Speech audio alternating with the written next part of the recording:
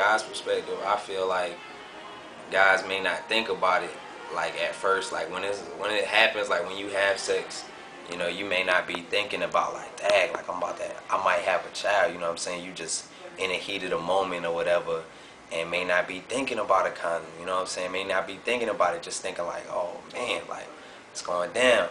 Well, I believe it's very passe around here because, I mean, if they really did think about having children, they wouldn't have kids right now. I don't think they do, because I think they're all in a selfish mind state. You know, they know they're in college and not really thinking about, oh well, you know, I could get her pregnant, or I could get pregnant till, you know, you find out you're pregnant one day, and then, you know, it's just like a shock.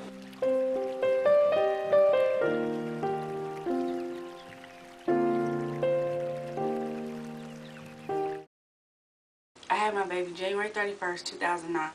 Okay, when I first got pregnant, I didn't know I was pregnant, so I was drinking, smoking cigarettes, and everything.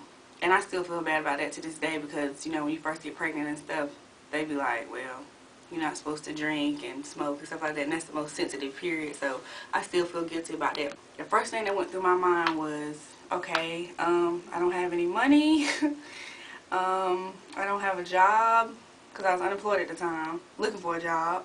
The guy that I was pregnant by, we were not in a relationship. I had been pregnant before, and I had had an abortion, and I was like, I don't want to have an abortion. But at the same time, maybe I need to have an abortion because it's not planned. You know what I'm saying? I'm not stable. But all those things was going through my mind. But mostly, the thing that went through my mind the most was my parents and what they were going to think. No, he wasn't supportive at all. When I called him and told him, he was like in shock. And he was like, oh my God, I can't believe it. I'm like, how could you not believe it? I mean, you were there. You know what happened. He didn't want to have nothing to do with it. And he was like, I'm about to move out of town. He was like, the child support people aren't going to find me. He was like, you need to have an abortion.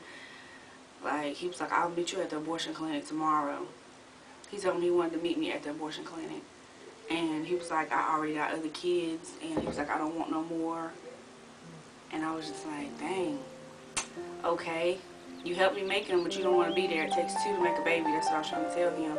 And basically, he was just like, I don't have nothing to do with you. So when we had the conversation, when I told him I was pregnant, I called his phone like the next day, and it said this is not a working number. He had changed his phone number. And that's when I was 5 weeks pregnant, and I done had my baby now. He's almost 2 months, and I haven't heard from him since.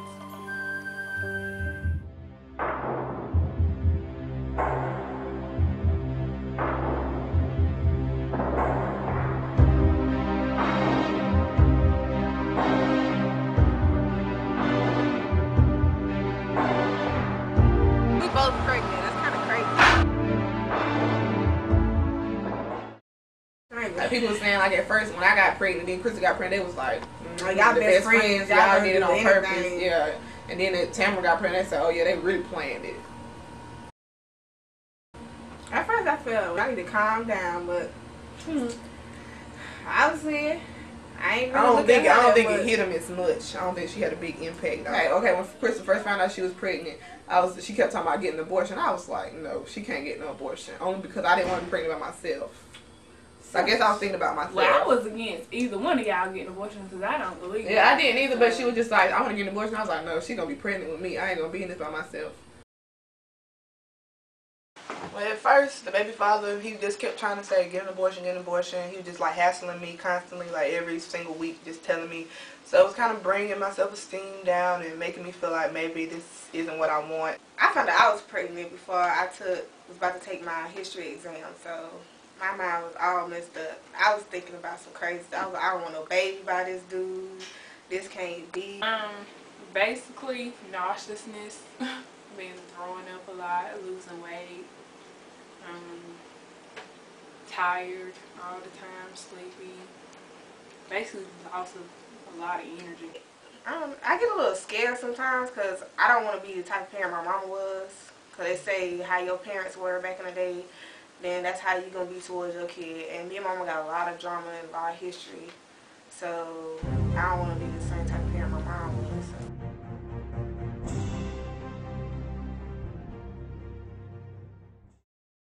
I'm Dr. Angela Lee, and I'm a psychologist and outreach coordinator in the Counseling Center. I'm Dr. Letitia Hazel, and I'm the Medical Director for Student Health and Counseling Services.